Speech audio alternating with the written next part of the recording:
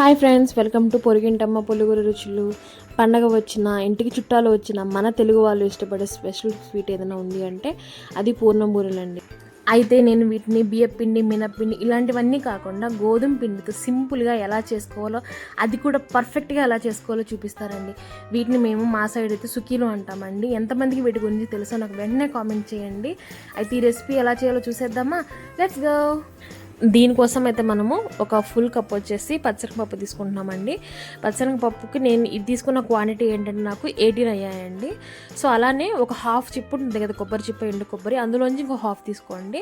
అలానే ఒక 5 యాలకులు తీసుకోండి. బెల్లం వచ్చేసి మనం ఒక కప్పు పచ్చనగపప్పు తీసుకున్నాం కదా, ఇది 3/4 కప్పు అంటే 3/4 కప్పు తీసుకోండి. అప్పుడే మీకు పర్ఫెక్ట్గా సరిపోద్ది. కావాలంటే తగ్గించండి కానీ పెంచొద్దు, ఓకేనా. పచ్చిశనగపప్పుని ఒక 3 to 4 టైమ్స్ నీట్గా వాష్ చేసి ఒక 1 hour నానబెట్టుకోవాలండి. మనం పప్పు పట్టుకొని ఇలా గిల్లామనుకోండి, అలాగే విరిగిపోయేంత వరకు నానితే చాలండి. అలానే మనకు గోధుమ పిండి కావాలి. మనం ఇందులో గోధుమ పిండి యూజ్ చేస్తున్నామండి. సో ఇటువంటి నానబెట్టే పనిలో ఏం పెట్టుకోవద్దు. సో మనకి ఇలా సరిపోద్ది. ఈలోపు నేను ఏం చేశానంటే ముందుగా ఫస్ట్ పచ్చనగపప్పుని కుక్కర్లో వేసేసాను. మీరు కాంటే విడిగా కూడా ఉడకబెట్టేసుకోవచ్చు. సో నేనేంటంటే కొద్దిగా సింపుల్గా, అంటే మనం సింపుల్గా చేసుకుంటున్నాం కాబట్టి సింపుల్గా ఉంటుందని కుక్కర్లో పెట్టేశానండి. అలానే ఇందులోనే మనం ఏం చేసామంటే ఒక గ్లాస్ వాటర్ వేసుకొని 3 విజిల్స్ వచ్చేంత వరకు, 3 విజిల్స్ చాలండి, 3 విజిల్స్ వచ్చేంత వరకు వదిలేసేయండి. ఇప్పుడు ఏంటంటే మనం గోధుమ పిండిలో కాస్త సాల్ట్ వేసేసుకోండి. ఒక చిటికెడు వేసుకోండి, చాలా టేస్ట్ బాగుంటుంది.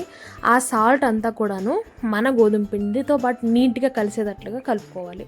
నీట్గా కలిపేసుకున్న తర్వాత ఇందులో మనము కొద్దిగా వాటర్ యాడ్ చేసుకుంటూ మనకంటూ ఒక టెక్స్చర్ రావాలండి. అది చిక్కగా ఉండాలి.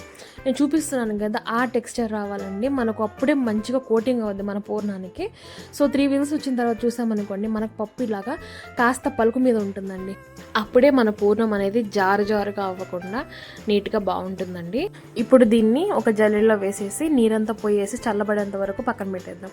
ఇప్పుడు నేను ఏం చేశానంటే ఒక చిన్న మిక్సీ జార్ తీసుకొని అందులో యాలకులు వేసేసాను. అలానే మనం తీసుకున్న కొబ్బరి కూడా దాన్ని చిన్న ముక్కలుగా చేసుకొని వేసేసుకొని ఇలాగ పౌడర్ లాగా చేసి పక్కన పెట్టేసుకోవాలండి. దీన్ని మనం పూర్ణంలో వాడుకుందాము. సో ఇప్పుడు ఏం చేస్తానంటే నేను ఈ బెల్లాన్ని మన మిక్సీలో వేసేసి దీన్ని మెత్తగా అయ్యేంత వరకు మిక్స్ వేసేస్తానండి. ఇట్లాగా మెత్తగా చూపిస్తాను. ఇంత మెత్తగా వచ్చిన తర్వాత ఇందులో హాఫ్ మళ్ళీ అదే మిక్సీలో వేసేసేయండి. ఇప్పుడు ఇందులోనే మనం చల్లారబెట్టుకున్న పప్పులో సగం వేసేయండి. ఇలా 2 బ్యాచెస్గా చేసుకుంటే మనకు బాగుంటుందండి. చూసారు కదండి మన పూర్ణం ఎంత బాగా వచ్చేసిందో. మరీ జారుగా కాకుండా చాలా బాగా వచ్చింది కదా. నేను అందుకే పలుకు మీద ఉన్నప్పుడే తీసేసుకోవాలి, అలానే వడకట్టుకొనేసి నీట్గా చల్లారి పెట్టుకోవాలి అనేది అందుకేనండి. జారుగా ఉన్నప్పుడే మనకు ఇవి నూనెలో వేయగానే బ్రేక్ అయిపోతాయి. అలానే గోధుమ పిండి కూడా అలానే అదే టెక్స్చర్ కూడా మెయింటైన్ చేయాలండి. అప్పుడే మనకు పగిలిపోకుండా వస్తాయి. ఇప్పుడు చూసారు కదా, నేను ఇందులోని కొబ్బరి పొడి కూడా వేసేసి నీట్గా మిక్స్ చేసుకున్నాను. ఎంత పర్ఫెక్ట్గా అక్కడక్కడ మధ్యలో పచ్చనగపప్పు కనిపిస్తూ అవి తినేటప్పుడు నోటికి తగులుతూ చాలా బాగుంటాయండి. ఇప్పుడు వీటన్నిటిని నేను చూపిస్తున్నట్టుగా ఒక మీడియం సైజ్ బాల్స్ లాగా చేసేసుకోండి. ఇలాగా అన్నీ కూడా రౌండ్గా చేసేసుకొని ఒక ప్లేట్లో తీసుకొని పెట్టేసుకోండి. అన్నీ కూడా మీడియం సైజ్, ఒకటే సైజ్ వచ్చేలాగా చేసుకోవడానికి ట్రై చేయండి. ముందుగా మనం ఒక ప్యాన్ తీసేసుకొని అందులో ఆయిల్ వేసేసుకోండి.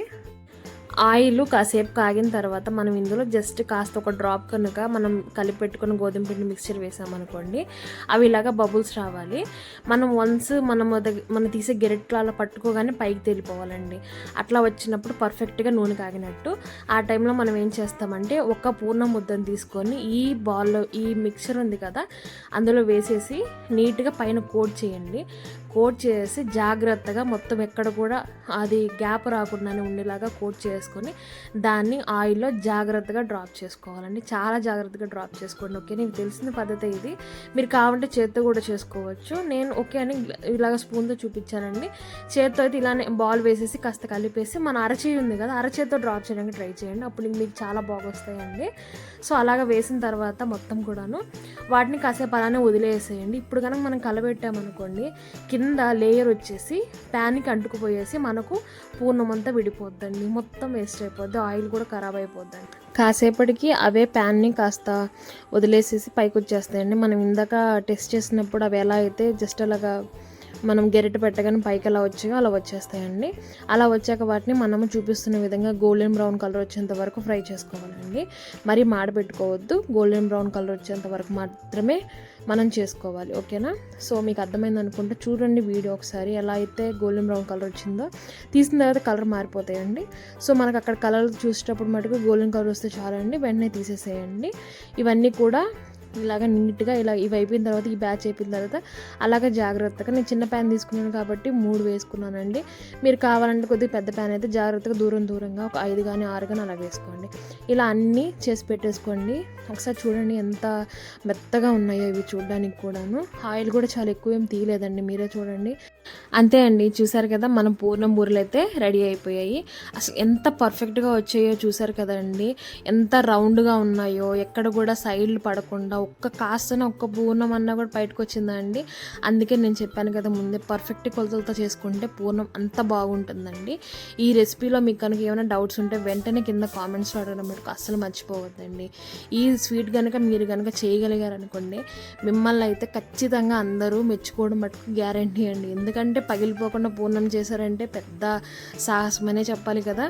ఈ దీపావళికి ఈ రెసిపీని మీ ఇంట్లో తక్కువ ఖర్చుతో తక్కువ శ్రమతో చేసుకోవడం అస్సలు మర్చిపోవద్దు. వెంటనే వెళ్ళి స్టార్ట్ చేసేయండి. లైక్ చేయండి, షేర్ చేయండి, సబ్స్క్రైబ్ చేసుకోవడం అస్సలు మర్చిపోవద్దండి. మరొక రెసిపీతో మళ్ళీ కలుద్దాం. Thanks for watching. Bye bye.